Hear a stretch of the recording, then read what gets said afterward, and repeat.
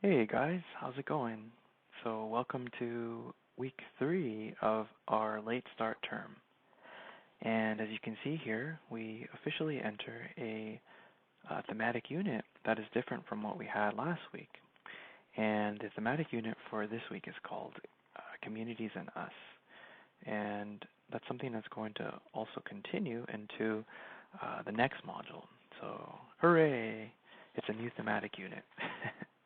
And as you can see here from our Module 3, um, the two main deadlines to remember is, aside from the work from the module, as part of the module actually, we have our first current event due on Saturday by 11:59 p.m.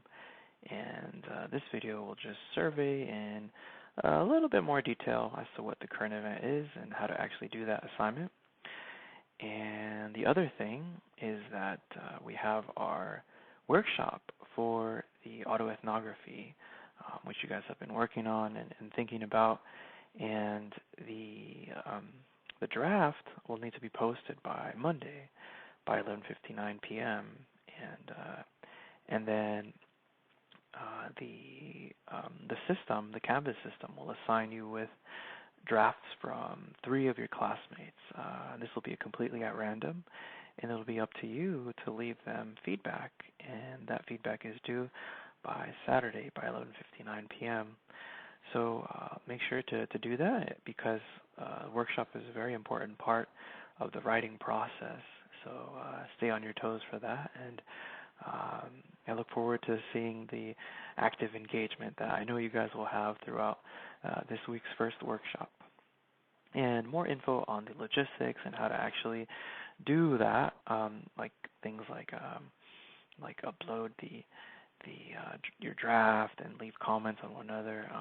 I'm gonna cover that in one of the other videos for this module too. So stay tuned there. But first, I want us to actually look at the current event for this video. So we go here. Here's our Donald Duck typing away. And here's us, Module 3. And let's look at current event 1. And as you can see, this one's also due on by Saturday by 11:59 p.m. And the current event is really, really simple. First off, all the directions are written out here. But to synthesize, the first step is for you to find a news story.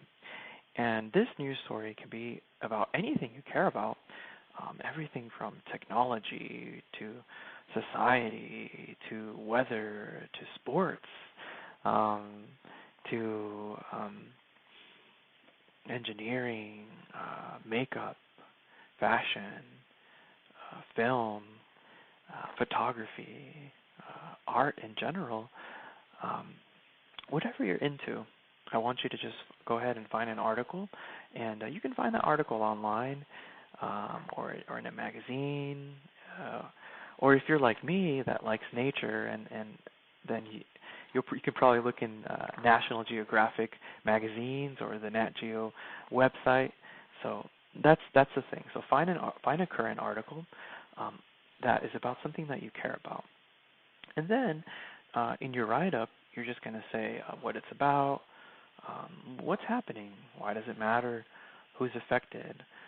And when it says how does it do its rhetorical work, that means if, for example, the story is being persuasive, then look at the types of words that are being used so that so that it can be persuasive. Or if it's being informative, then maybe you can consider, okay, well, the article's offering statistics. So rhetorical work is essentially paying attention to the words that are used, how the words are used, how is the writer writing essentially, and how is that helping them to achieve their desired effect as a writer. Okay, the genre. Consider the genre of your current event. What traits identify it as such. Your react, and then okay. Now we move from only reporting the story. Now it's your reaction to the story. Do you care? Why or why not? And obviously you are going to care, since it's a story that you're going to choose. Like, let's say you find a story on how the Lakers beat the Mavericks. Awesome. Or whatever the case is. So does it affect you? How does it make you feel?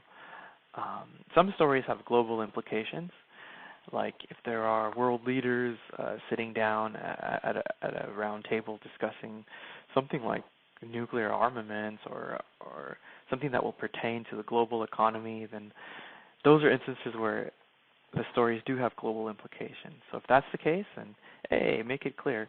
And if your story doesn't have a global implication, then that's okay too. These are just guiding questions.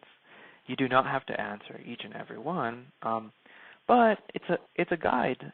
The main thing is that you tell me what's going on in your article, how the writer is presenting it, and then obviously your response to it. What do you think about it? What's so cool about it? What did you like about the story that made you choose it, and so on and so forth. And then your source must be credible. So nothing from National Enquirer that is like, about celebrities giving birth to like twin aliens or some weird things like that. No, it has to be credible.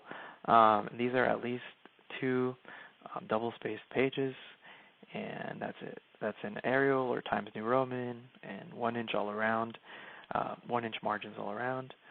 And you just upload it here where it says CE1, and it's as simple as that. And all right, so stay tuned for the remainder of the videos for this module, and I wish you guys a beautiful week, and keep taking things one step at a time.